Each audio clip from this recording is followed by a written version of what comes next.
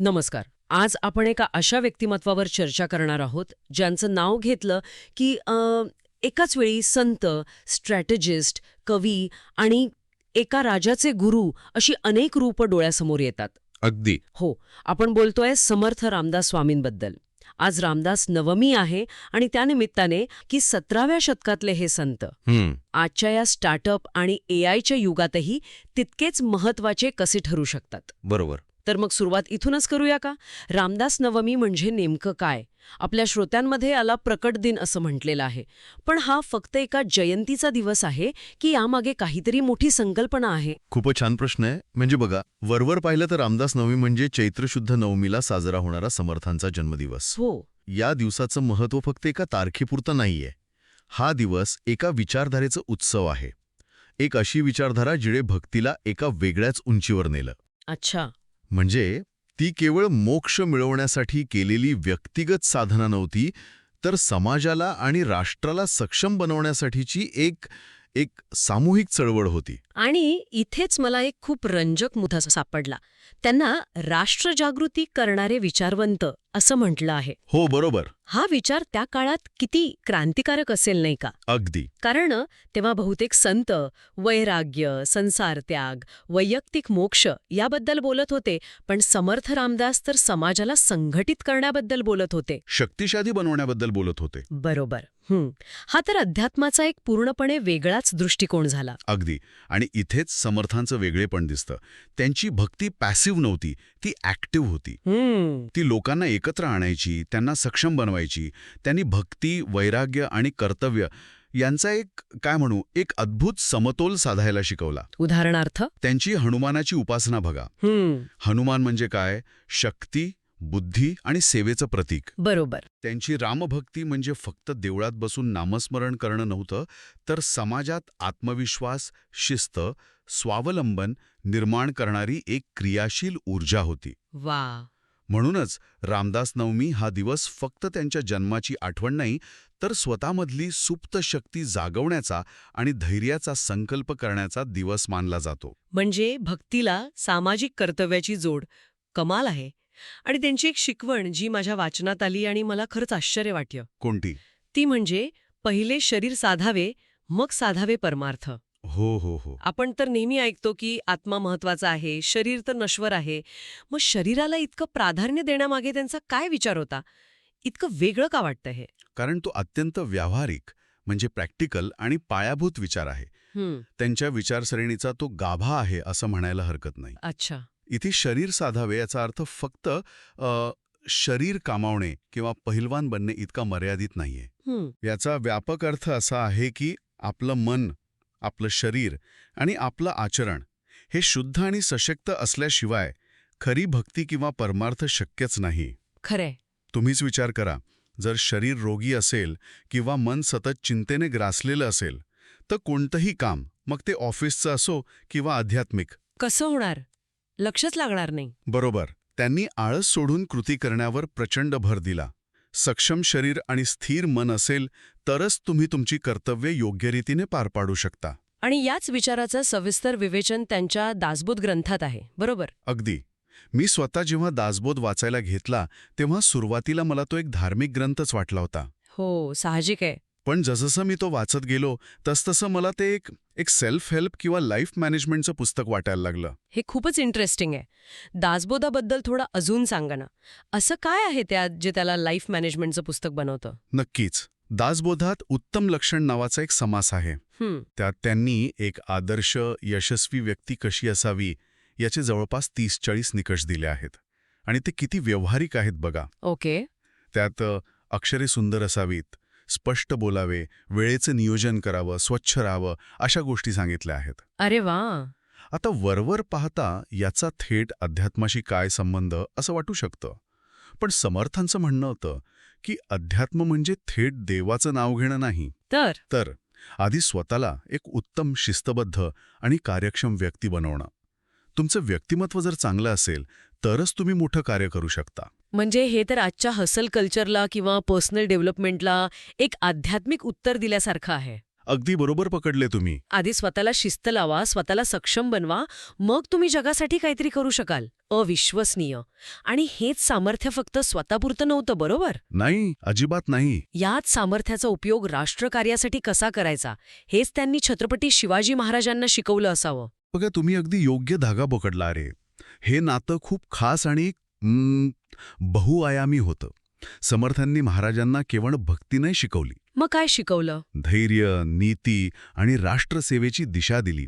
त्यांनी धर्म आणि राष्ट्रधर्म यांची सांगड घातली. अच्छा. त्यानुसार समर्थांची रामभक्ती ही कर्तव्यातून पळ काढणारी नव्हती, उलट कर्तव्य अधिक चांगल्या प्रकारे पार पाडण्यासाठी शक्ती मिळवणारी होती. त्यांनी महाराजांना एक प्रकारे राजधर्म शिकवला. राजधर्म. हो, ज्यात प्रजेचं हित आणि राष्ट्राचं संरक्षण हेच सर्वोच्च कर्तव्य मानलं गेलं होतं.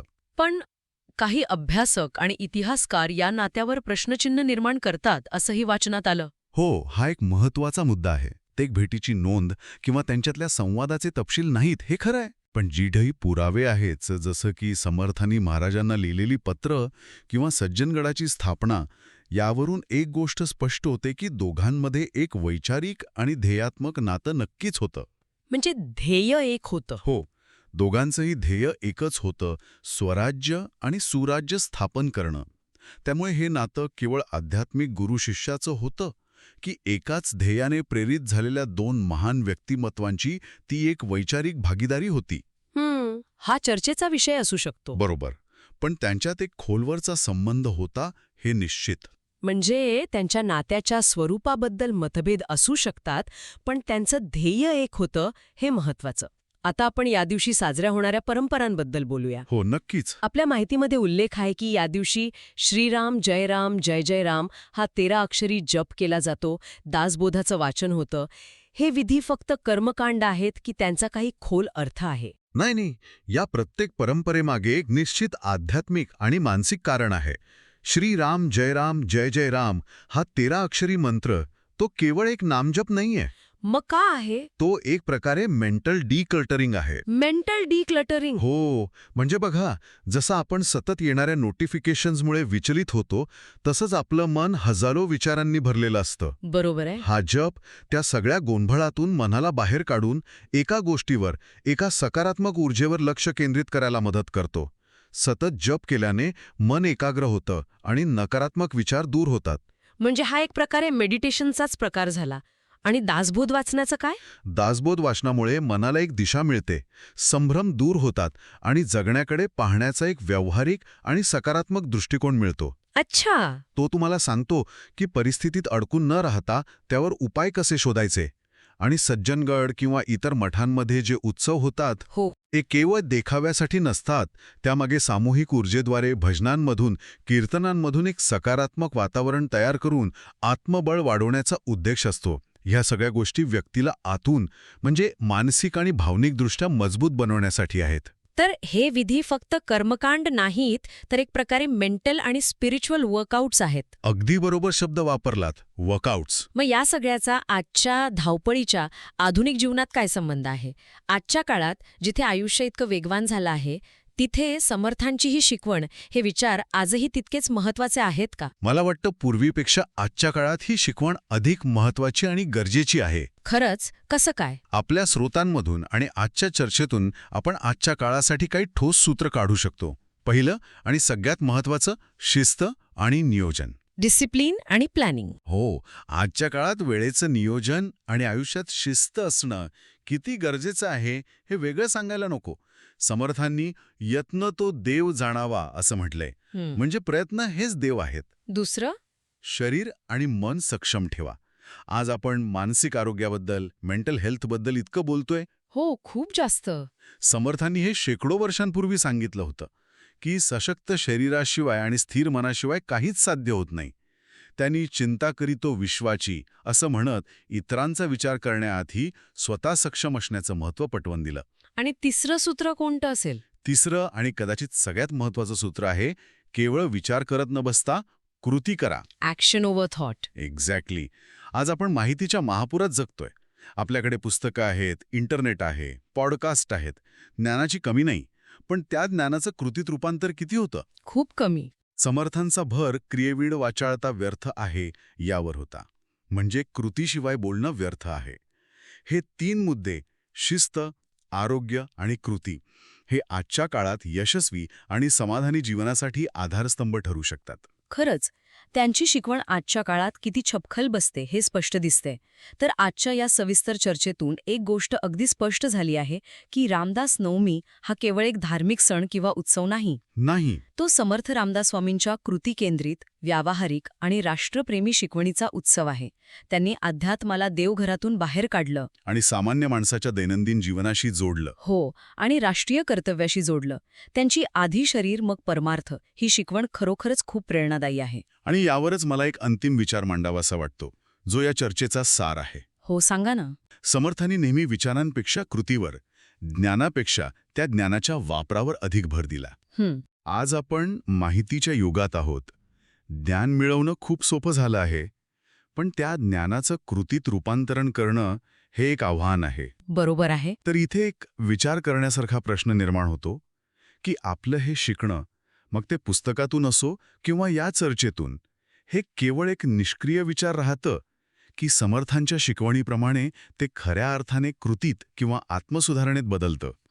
मला वाटतं हा प्रश्न प्रत्येकाने स्वतःला विचारायला हवा.